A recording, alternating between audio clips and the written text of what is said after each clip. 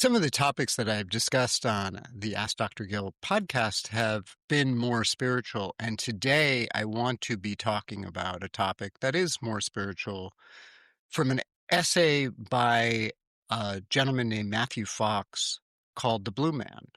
Today on Ask Dr. Gill, I want to discuss the archetype and the energy behind that and why it's applicable to health, healing, biology, psychology, and spirituality. So stay tuned.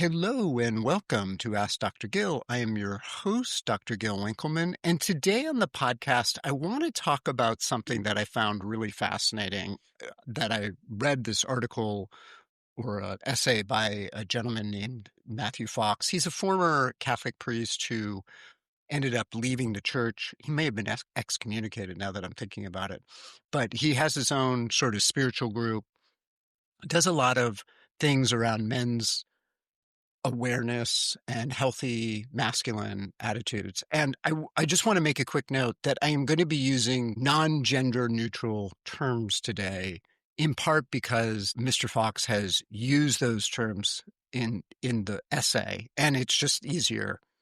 And the concept of blue man is really interesting in that there have been different writers over the years in different spiritual traditions having a description of this that is basically their experience of the universe, God, spirit, however you want to use that term.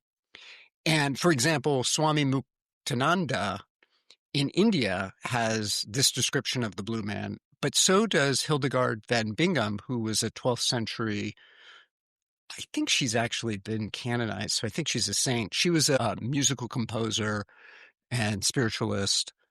And she also had this vision and experience of a blue man. And blue is a very spiritual color in a lot of indigenous societies. And I think that there's this archetypal element to it. Now, an archetype, for those of you who don't know, was a term coined by C.G. Jung, which basically describes some kind of quality that we all share, and or some people share, right? Not everyone has all the archetypes, but the archetypes can be embedded in us in different ways. And there's a gentleman named Joseph Campbell who wrote on myth and mythology and has a book called A Hero of a Thousand Faces, which if you've never heard of, it's actually the basis of the Star Wars movies, because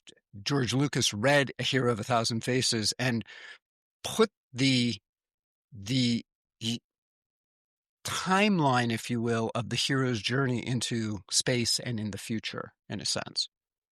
And when you look at the hero's journey, there are different elements that are similar regardless of the mythology that you're reading. So if you read a Native American story, a Greek story, an Indian story, a Chinese story, an African story, whatever the story is, wherever it is, there are elements that are cross-cultural, if you will. And that's the archetypal element. And it's a really important piece in terms of this discussion of blue man, because the blue man represents the archetype of very deep empathy, creativity, and sacred presence. And I think right now, this is an important topic given where our culture is going, and particularly given artificial intelligence and sort of the disruption, if you will, of how our society has been running.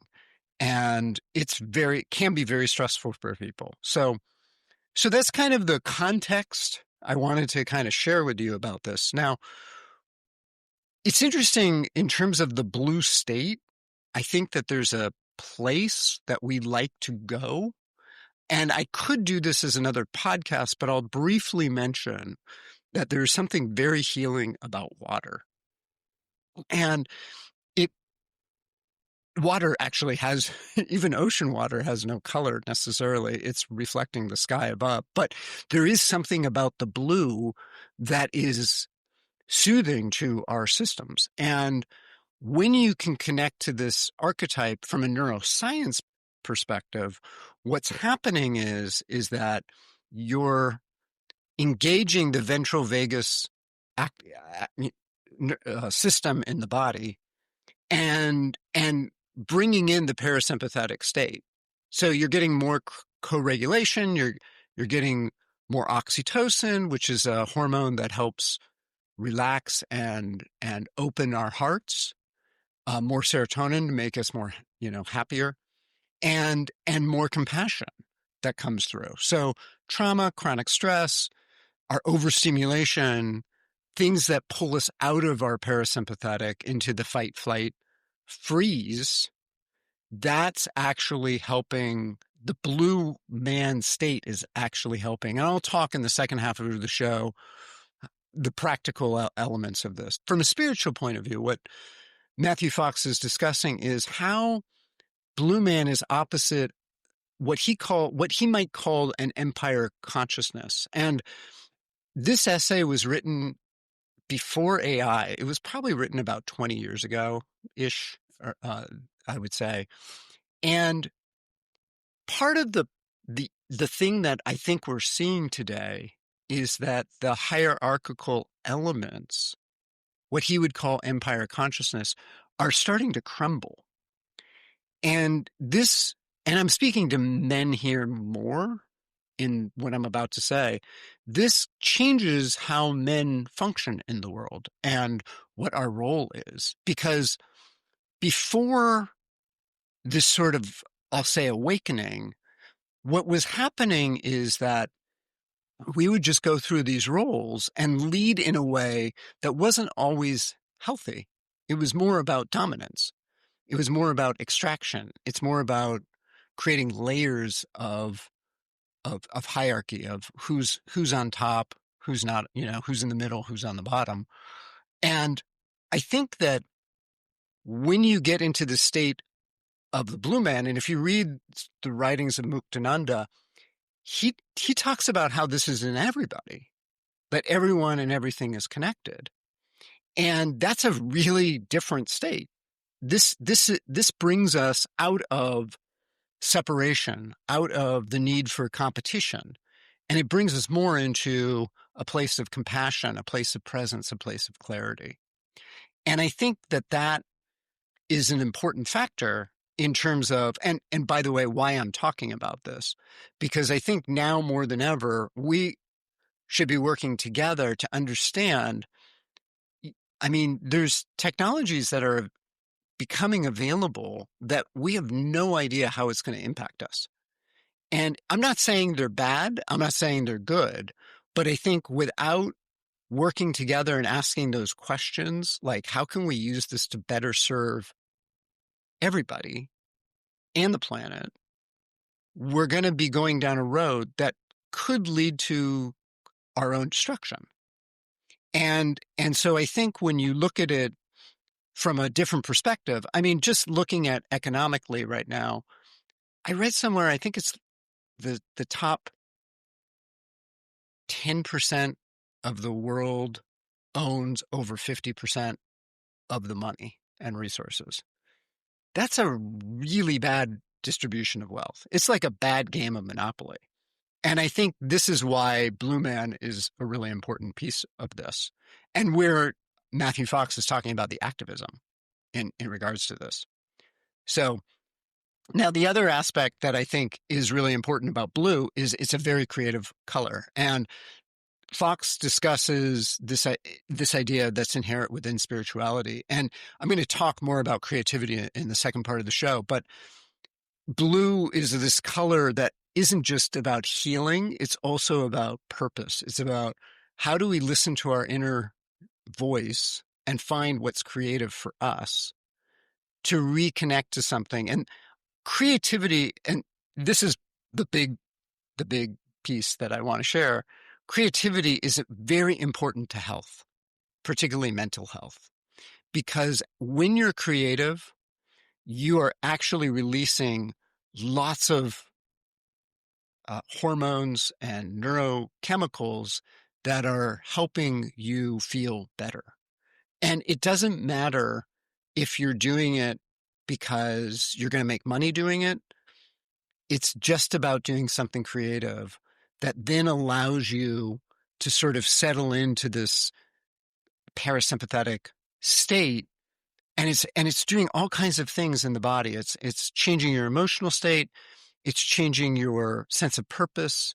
It's giving you a feeling of accomplishment, and it's finding what it is that's important to you. And it was interesting. I can't remember the guy's name, but he talks about this gentleman who runs men's retreats. And the key piece, one of the key pieces in this retreat, is engaging with your creative aspect, your artistic aspect. Even though you've never painted before or drawn anything, he would have people do that in the retreat to get in touch with this side of themselves.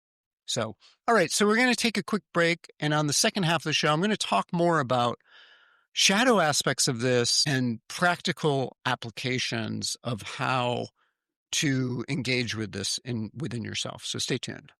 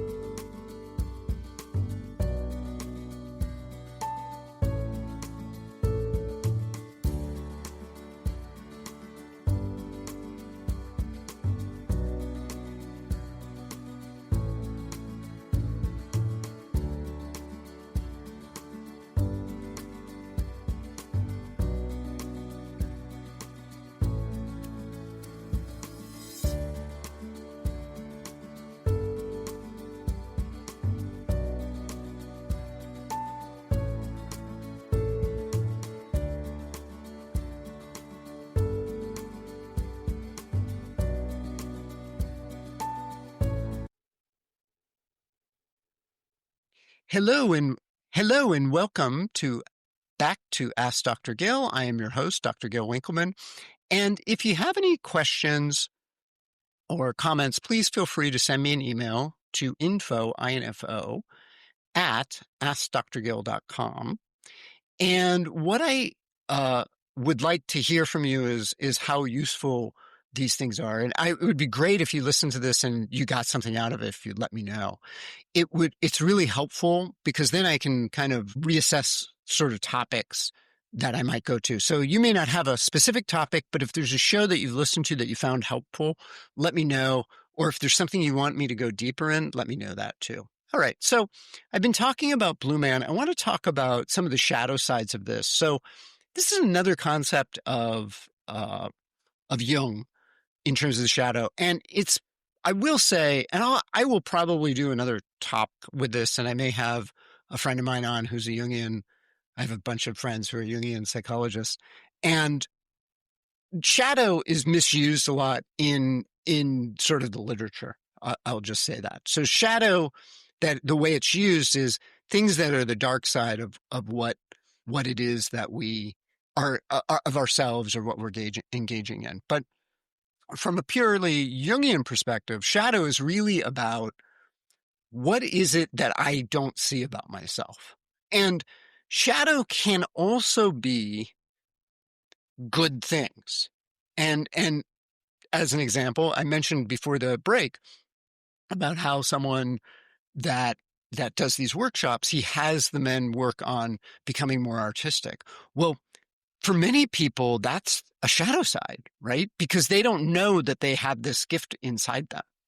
And there's a guy named, or he's since passed away, David Paladin. He was a artist back in the 70s, 80s, and 90s. And his story, he was Native American. He was Native American, and he was a spy during World War II, captured by the Nazis, tortured in a concentration camp for years. And because they knew he was a spy, he was a code breaker.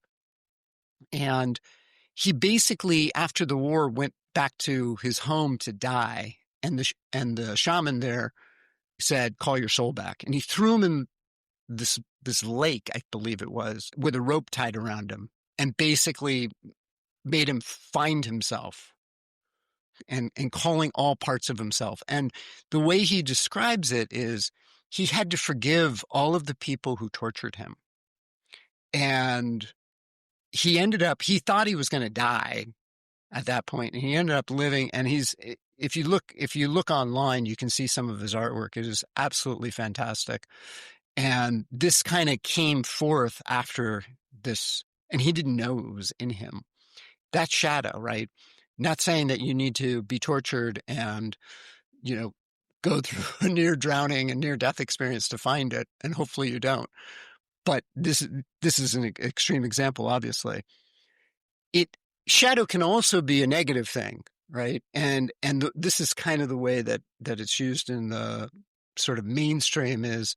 So, for example, when you use something spiritual or something that might be good as a way of bypassing instead of transforming. So, for example, if you like doing art, but you do art instead of doing your job, and it may be that you need to get a new job, but if you're sitting there doodling instead of doing your Excel spreadsheet, I'm using an extreme example, that could be a form of escape instead of engagement in the feeling. And I talked about embodiment last episode.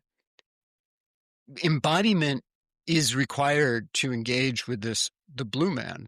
And it's about breath. It's about grounded action. It's about relationships. It's about right action too. And so this is the other piece, I would say, that's important in terms of Blue Man and engaging with that. It's something that is within you. It's within all of us. And the only way that you can really get to it is by becoming more embodied into your physical space. So in terms of engaging with this, if you want practices to kind of bring you into a blue state, breath work is a big one. I can't speak enough about breath work and meditation. The research on those two things in terms of our psychological states is amazing. And it changes our prefrontal cortex. Like long-term meditators have changes in their way that their brain responds to the outside world. And it's not so much that you're more relaxed necessarily, which is really interesting because people think, oh, you're more relaxed. It's that you just don't engage with the negative ideas that you might normally engage with. So grounding, one of the things I like to suggest to patients is kind of, there's a Qigong exercise where you just shake, you just you're doing that. And you do that for 10 minutes. You stand up and you're just sort of shaking your whole body. That can release a lot of energy for people and bring you back into the ground. And if you can do that outside in bare feet, that's really like the best, because there's something about the earth's energy and feeling that under your feet that is actually helpful for human beings. And wearing shoes all the time, I talked about this with Dr. Tom, wearing shoes all the time, it creates a barrier between us and the planet, but we're here on the planet. So, and being in nature, I think, is really, really important. Prayer can be very, very important for people. It's not so much necessarily about specific prayers. It's just about understanding that there's something higher that's going on. And I think that higherness isn't something outside, it's something within, which is important. But connecting with that it's getting out of your ego. It's getting out of your ego state. Because from that state, you see everything the same way that you've always seen it. And so once you can kind of get out of that space, then you can kind of have a different perspective. And then following creative impulses. It can be music, it can be art, it can be journaling, whatever it is. It can be podcasting. I mean, this is a creative outlet for me. And I love doing this because of it. It is a place where I can just sort of find information and sort of share it with people, but there's a creative aspect to that for me.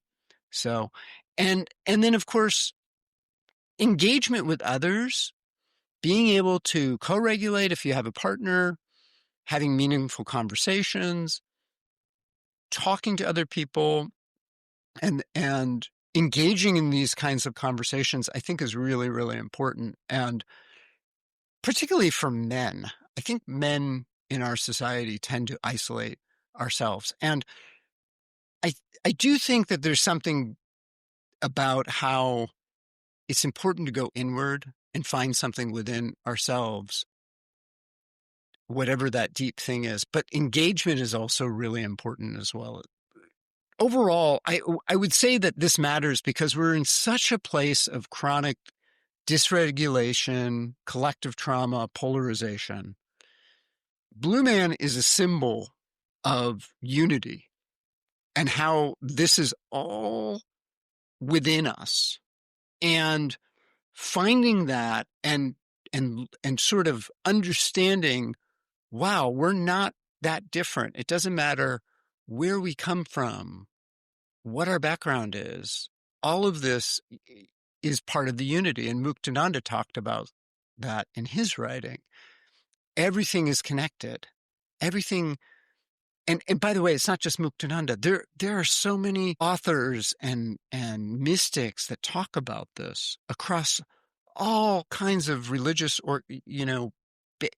organizations and basis, that all is one. Everything, we are all expressions of one, of the same thing. And I think right now it's really, really important for us to be reminded of that and learn to work with that. So I hope this resonates with you. And I would ask that, if you've had experiences of this, of the blue feeling, not the sadness, but the connection, the openness, the aliveness, shoot me an email because I'd love to hear your story. And if you want to learn more about this, check out my workshops. I'm going to integrate some of this into some of the other workshops. I'm redesigning my courses at the moment and the offering and how I'm putting that together in terms of the Eliminate Anxiety course. If you see it on that, it's going to be more generalized towards optimizing brain health. And also the Health Stories course. This is kind of the piece around this. How do we get into a place beyond our stories? And this is one of the ways that we do this. So check that out on my website. I'll put a link below for all of the information. I hope you've really enjoyed this, and I look forward to talking to you next time.